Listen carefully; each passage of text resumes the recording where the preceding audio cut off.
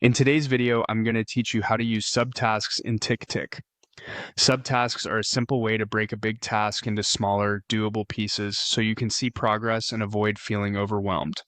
I'll walk you through the exact flow inside the TickTick web app, and along the way, I'll share a few tips to keep your lists clean and useful. Start by opening your browser and heading to the TickTick website. If you're not already signed in, click the Sign In button on the home page.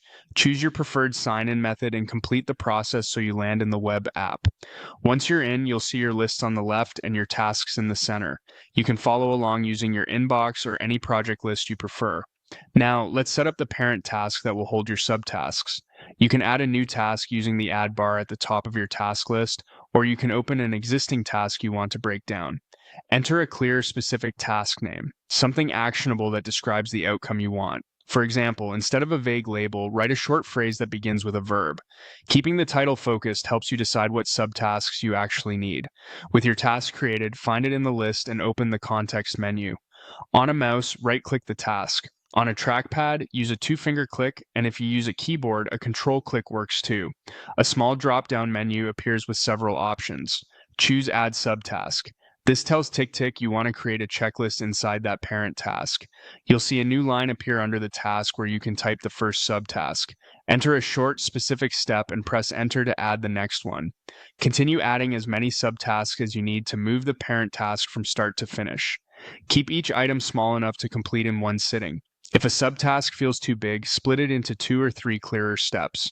You can drag subtasks to reorder them, placing prerequisites at the top and nice-to-haves toward the bottom. Keep in mind that in TickTick, subtasks are a single checklist level, which is perfect for simple, linear workflows. As you work, tick the checkbox next to each subtask to mark it done.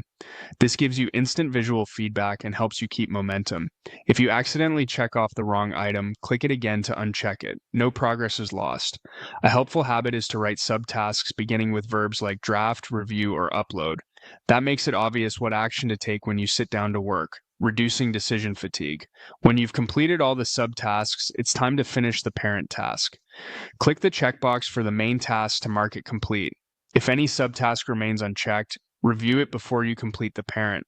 Some people prefer to leave the parent task open until every subtask is done. Others complete the parent as soon as the main outcome is achieved, even if a minor subtask remains. Choose the approach that best fits your workflow. After completion, you can still find the task in your completed items if you need to review it later, and you can uncomplete it if something changes. To recap the flow you'll use most often, sign into TickTick, add or open your task, right-click to open the menu, select Add Subtask, list out your action steps, check off each subtask as you go, and finally mark the parent task complete. That's all there is to it. A few final tips to keep your list tidy. Keep subtasks concise, group similar actions together, and avoid creating more subtasks than you can realistically handle for one task. The goal is clarity and momentum, not complexity. With this setup, you'll always know what to do next, and you'll see steady progress from the first subtask to the last.